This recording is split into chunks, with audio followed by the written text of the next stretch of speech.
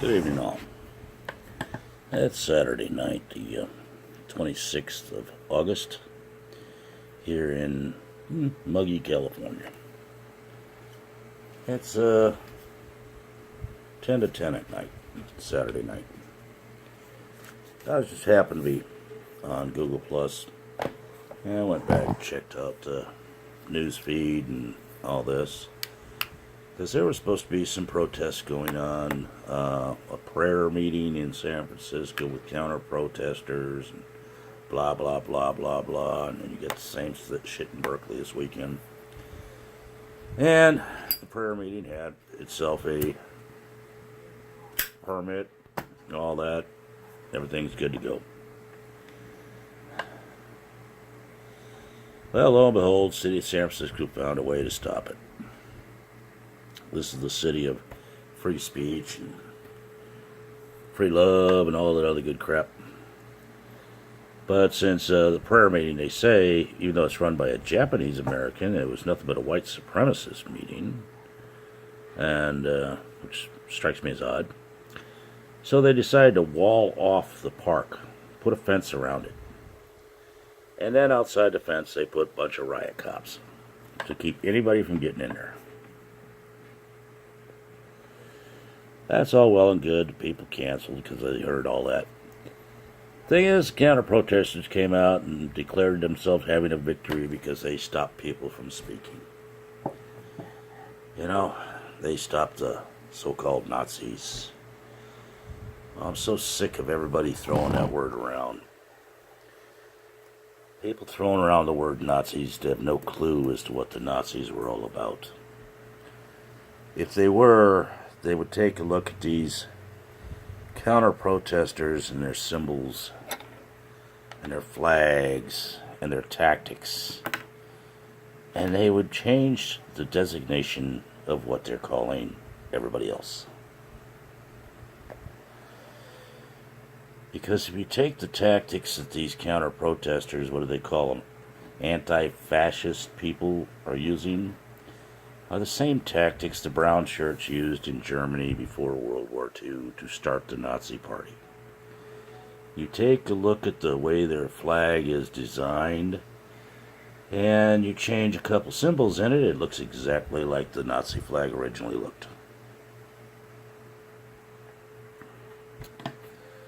So, maybe all these educated journalists need to get their head out of their ass and study up on history before they start throwing out words like Nazis. You know, the funny thing is, I had two grandfathers. One fought for the German army, one fought for the American. You know? Two different ideas, two different ideals. They became best friends. Simply because they left the politics out of it and started talking to each other.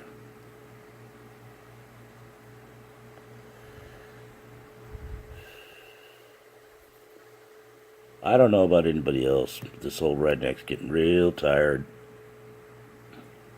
of all this bullshit. You got politicians afraid to enforce the laws, so they stand the police down, or they take a hard stand against one party rather than the other. The existing laws on the books are enough to take care of both parties. Cops are afraid to do anything because the politicians will get upset. They may lose votes. Oh, wow. You know,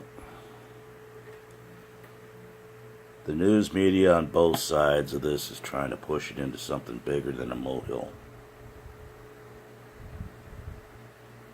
And it's really strange how this is all going. The same question goes out. Who's paying all these people? Somebody's paying somebody to get all these uneducated people out there to do violence.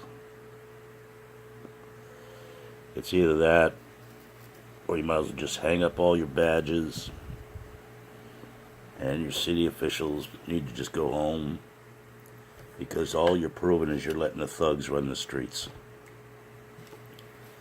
I don't know what that's going to do for the businesses in your town, because it's getting to the point to where if you don't agree with these people, they're going to shut you down because they think the law's on their side. Funny. This country was founded on right of freedom of speech. Freedom of speech doesn't mean just one side gets heard. Both sides get heard. Freedom of speech doesn't always mean the person that screams the loudest gets the most points. This is not a, as long as you try, you win society. But what do I know? I'm just an old man. Trying to make it through the life, but I will get it.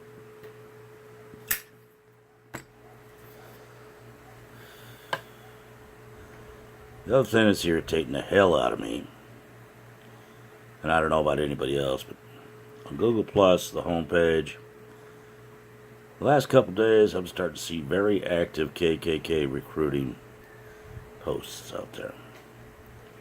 Been seeing people trying to recruit for Black Lives Matter, anti-fascism and all that. You know, didn't like that either, but I ignored those. Now, I happen to know a few people that have been censored by Google for criticizing Google. It seems Google has a selective memory on what they censor and what they don't. Are they trying to encourage all this riotness and this destructiveness?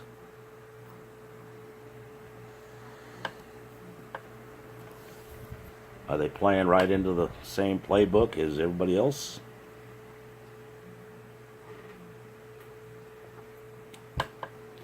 I understand people are upset over the election. It didn't go their way. Well, buck it up, people. Put your big girl panties on, your big boy panties on. We had 8 years of somebody I didn't like, but I accepted him as a president. He wasn't worth a crap in my opinion, but I accepted him. You know? Just because you didn't get your team didn't get to play the field this time, there's no reason to tear the town down.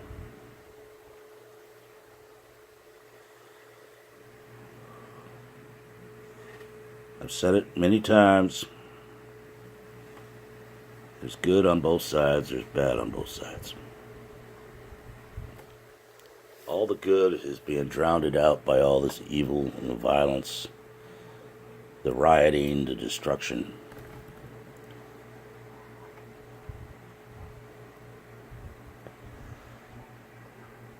The mob mentality never solves a damn thing. The good Lord gave everybody a brain in their head. We all need to start using it. We need to back this thing down, tone it down, and start talking.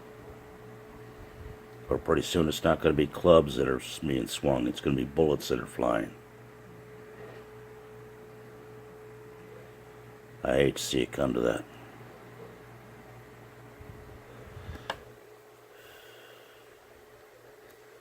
Some fancy PR person found a buzzword that gets everybody up in arms.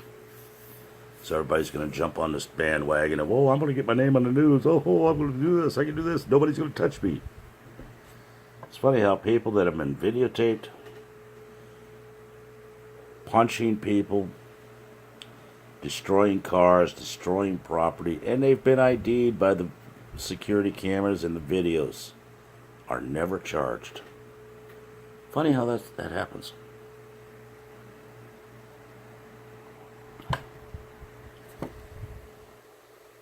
Wonder why that never happens. I bet if I was to throw a rock through a business window during one of these, I'd be one of the first ones arrested. And it wouldn't be a slap on the wrist, oh, you did time served for doing a night in jail. No. I'd be sitting in prison and paying restitution.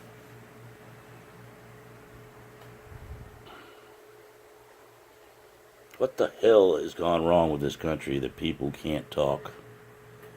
You can't speak your mind.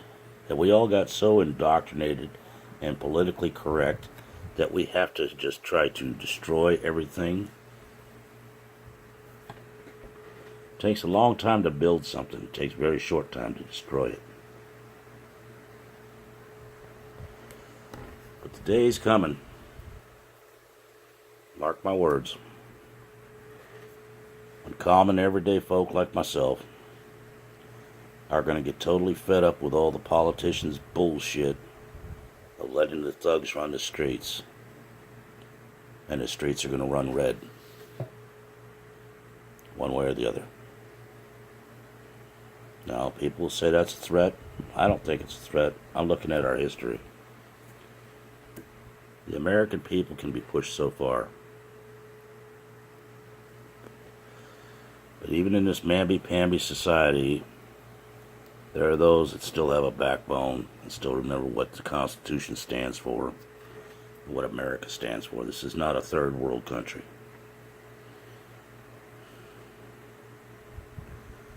This is not some peanut-headed dictator that you can just overthrow and say, okay, I've now run the show, you're going to do it my way. And everybody bows down and says, okay, we're going to have a chicken in every house. No. I don't believe that. That's not what I defended. That's not what my friends have defended. That's not what buddies of mine have died overseas for.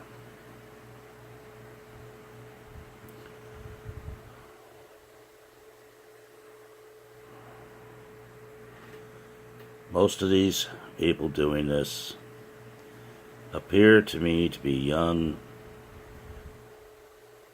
college-educated or college-going people that evidently have not done enough studying of history to understand what they're even talking about.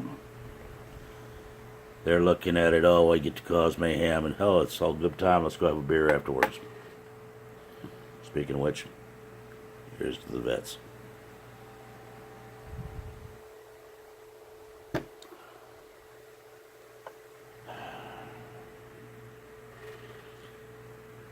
Case in point of this message is we all need to tone it down.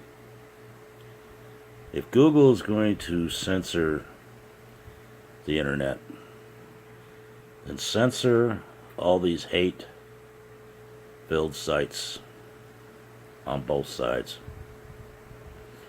When you got the Ku Klux Klan actively recruiting off of Google, you got BLM actively recruiting off of Google, anti-fascist organizations actively recruiting, there's a problem. But what do I expect Google to do? They can't seem to stop the porn on the homepage. You know? What the hell? Maybe I've just lived too long. Just tearing down monuments, you're tearing down history. You think that's going to get people to forget it. You think you can rewrite history to your own making. They may do that in history books. But the surprising thing about the human body, we have a brain, we do remember things.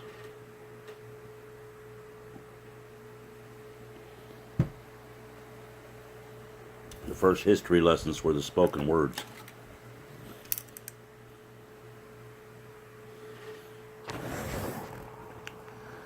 But, just ramblings of an old man. Had 3 beers. Don't like what's going on. Thought I'd voice my opinion. On a final note, to all the men and women that are serving us overseas, in both the Air Force, Marine Corps, Army, and Navy, I salute you. So the members of the Navy on the USS John S. McCain, I'm sorry for your loss of your crewmates. Same with the Fitzgerald. One day we may all know the truth of what happened there, but I ain't buying the story they're giving. But may all the people serving in our military currently overseas, may you all stay safe. Come home hale and hearty. To the ones that have returned home, whole or damaged, the veterans, I salute you. I'm always thinking of you. I am a vet myself. If anybody can help a vet, I urge them to do so. Even if it's just giving them somebody to talk to. You got a job to offer to a vet before you do anybody else. Guaranteed you'll have one of the best workers you've ever had. They have a work ethic and a not quit attitude that you would never believe. I saw an article today where the Wall Street Journal's proposing that military service causes racism. Well, I'm going to tell you something as a vet. Whether it's on ship or in a war zone or on an airfield or on a plane, anywhere you're serving in the military, there is no color boundaries. The person standing next to you has his life in his hand, your life in his hand, just like you have his. You're taught to each one protect your brother. Your brother has no color. That's something civilians will never understand.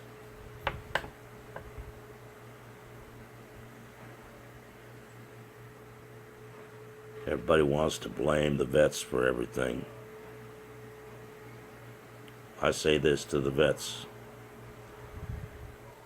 Don't get rid of your mindset. This country's not done with you yet. They're going to need us all again. And the way the news and everything else is looking, it's going to be a lot sooner than I ever wished for. To all the vets that have come home, I salute you. I wish you well. If I can help, I will. If it's nothing more than a friendly ear. Know this, you got a friend in this old redneck.